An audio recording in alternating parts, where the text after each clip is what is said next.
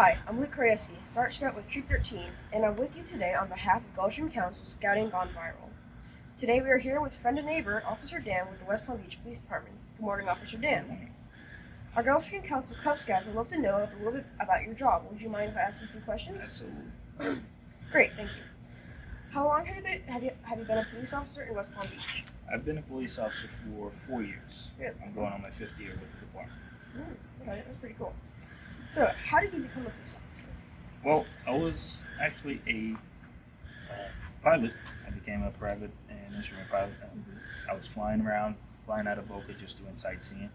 I felt like I was missing something. I always wanted to do the military, and I didn't get engaged on it, didn't get active in the military. So I decided the next best thing to help and utilize of every tools that I had for my life was to become a police officer. And no better place than West Palm Beach. I lived here for 13 years at that point, so I just wanted to become a police officer for West Palm Beach. That's pretty cool. All right. Next question. Is it something that you've always wanted to be when you're growing up? No, actually, like I said, I wanted to be a pilot. Thought it was a very hard dream. I actually had people that made fun of me and said that I was going to become a pilot. So I kind of pursued that dream. I became a pilot, private instrument, and felt accomplished at that time. Things got a little hard. It was very expensive to become a pilot. But like I said, the next best thing for me in my life was to become a police officer. All right. So, last question. What do you like the most about your job? Well, I do love that I can help people. It sounds cheesy, but it's the best part of the job.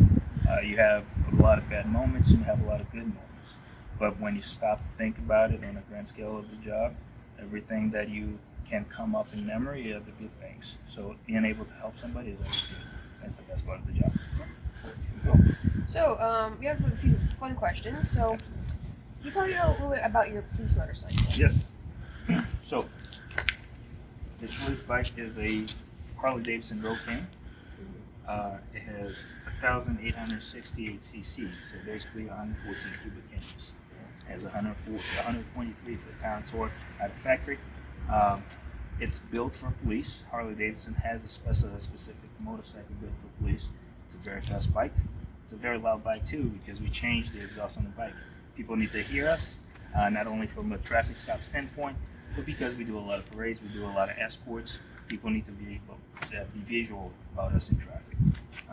It's a very fun bike to drive, and it's, as you can see, loaded with lights. So people can see us, and we can be recognized.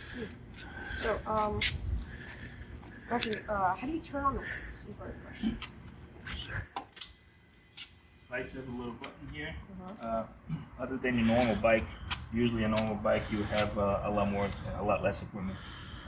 Here we have a radio equipment, we have the siren equipment, and we have the light equipment. You hit the button one time, it turns all the lights all around. I hit the button again, it turns it off. I hit the right side, it'll turn only the rear part. So if I'm stopping traffic and I don't need to turn the front lights on, I just hit to the side here and it turns it right to that way. I hit it again one time, it stops. If I hit it to the left, I'm going to activate just the front lights on the bike. So you can see lots of lights. We have lights on the top, sides, front of the bike, same for the back. So I activate everything. I have lights on the side of the bike, the rear of the bike, by the mounts. Cool. Then we have the sirens. The sirens are very loud. The sirens, most likely we're going to wake up the but it is supposed to be loud so everybody can hear. This is pretty much the speaker box where all the noise comes from sirens to more. That's pretty cool. Yes, it's a very fast, very fun bike to drive. We learn how to do some very fun maneuvers on this bike. The bike itself comes out of factory with about 140 pounds. With all the equipment and everything I have, just on myself, I have about 30 pounds of equipment.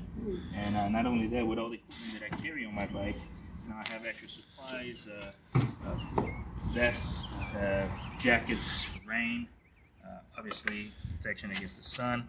I even carry extra battery for my radio, just in case. And in the back here we have a computer or printer. On the other saddlebag here I have more equipment. I have my laser, I have more jacket, I have obviously my protection against the COVID right now. So when you talk about everything together, I'm about 880 pounds on the bike, and we still have the ability to do some fun maneuvers, some very tight, slow turns on this motorcycle. Does it get like very, very hot when you're in everything? Oh, yes, it does. Well, not only that, like I said, 30 pounds of equipment, you always sweaty, you always very hot, but at the same time, the bike, it has a lot of heat. As you can see, I'm sitting right at the top of the engine of the motorcycle, and it's a pretty large engine. So it's always, there's always heat coming out. So sitting in traffic sometimes, or just sitting and doing traffic enforcement on a corner, and in Florida with 90 degrees of weather, it can get pretty hot. Yes. You just get used to it.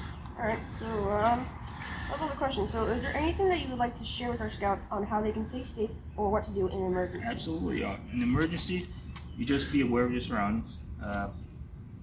Use of your training. That always comes to help with us. We get to train every year. We get this recertification trainings that we get at the department. Relying on your training is always good. So it's important that you practice. And when you practice as if it was real life. Don't just play with it, right? You can have fun, but use it as important for your life. That training is gonna come to play one day. So use that training with the importance for it. If it happens, you're gonna have the skills and you're gonna have the ability to utilize that training. So that's what we do with police officers, right? We do our trainings every year at the PD, from firearms training to secondary weapons to even how to handcuff people. We have to not necessarily relearn, but be able to do that on a daily basis. So it's always good to rely on your training.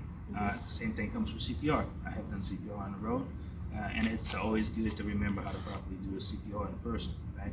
So I see that you have a badge for CPR there. If I'm not wrong, okay. So again, it's always relying on your training. Make sure when you practice, make sure you're doing your training. You be aware of everything that is going on, and also for the safety. If you're in the woods, or if you're in an area that you have large animals, you can encounter bears in Florida. You can encounter crocodiles, alligators, right? Always be aware of your surroundings. Always be aware of everything that's going around you and your family and your friends, so you can always help and protect them, utilizing your training. Same thing goes for us. We're always aware of our surroundings, everything that is going on, from a traffic stop to a encounter with a bad person, that we have to utilize any of our weapons or training. So you're always aware of everything, and be cognizant of your surroundings, be aware of your surroundings, and make sure your training always comes to play. When you're training, make sure everything that you're doing for the if it does happen in real life, you have the ability, you have the skills to utilize that training. All right. Luke, I think some of the Cub Scouts would like to know some of the gear that he has on his vest and about his bulletproof vest, correct? So, No, absolutely. So on my vest, I have, starting from the left to right, this is what we use as a tourniquet. If anybody gets hurt, let's say a gunshot wound or a deep cut, something that somebody's losing a lot of blood, right? We can always use a tourniquet. With my tourniquet, I have a scissor. It's a medical scissor. It's pretty much to cut fabrics or anything that is on the way. If somebody's hurt and I need to access that injury, that wound quickly, I'm gonna use the scissors first to cut the fabric, and then utilize my tourniquet. Right next to the tourniquet, I have my radio.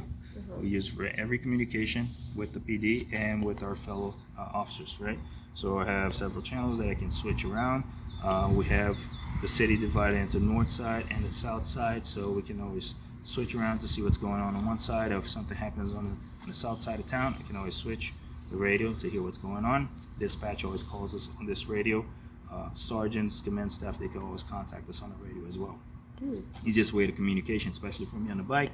I'm not going to be communicating with my cell phone, obviously. So it's always on my radio, which can also be connected to my helmet. I have my taser, which is considered a secondary weapon. This is not a deadly weapon. It's actually something that in PD we all have to be tested with. It's the same as the pepper spray with the taser. So once you're hired as a police officer, you gotta go through the process of being tased and being pepper sprayed. So at least I know how it feels before I can ever utilize this on somebody. I know exactly how it feels to be tased. I have my BWC, which is a body-worn camera. This is for every encounter with a citizen in West Palm Beach, we activate this camera. So every time I'm talking to somebody, not necessarily now, I'm off duty, so I'm not utilizing the camera. But once I'm on duty, every time I conduct a traffic stop or I stop to talk to anybody, that camera comes on. Okay. It's for good protection for us and for the citizens as well. It's like a dash cam for your body. Pretty much, exactly. And it's always on when I'm talking to somebody.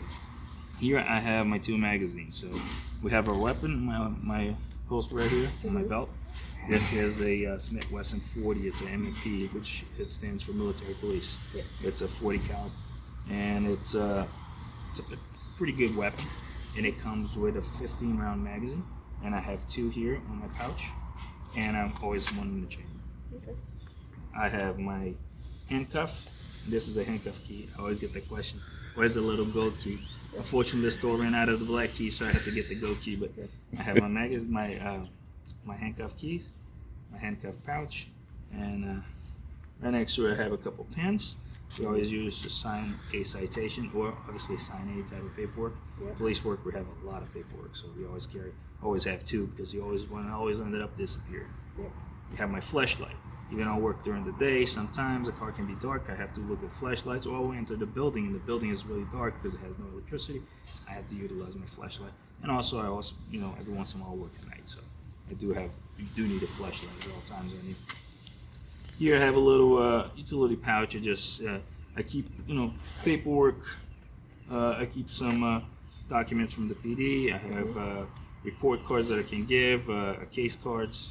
I keep all my documentation here, all my notes.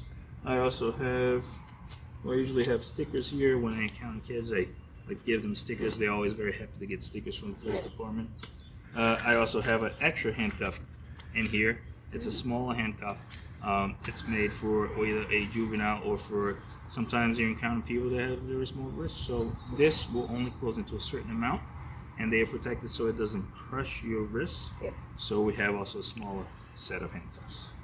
And that's it. I mean, other than my weapon, like I said, I have a Smith Wesson M&P 40, and I also have a knife in case I do have to cut through fabric or a seat or something really that has to be really rapid.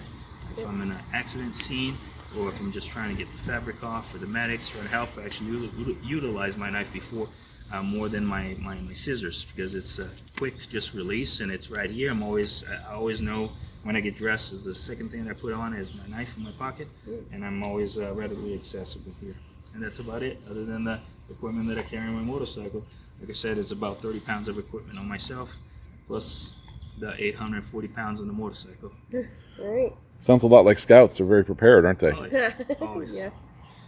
Okay, so thank you, Officer Dan. We really appreciate you spending time with us this morning.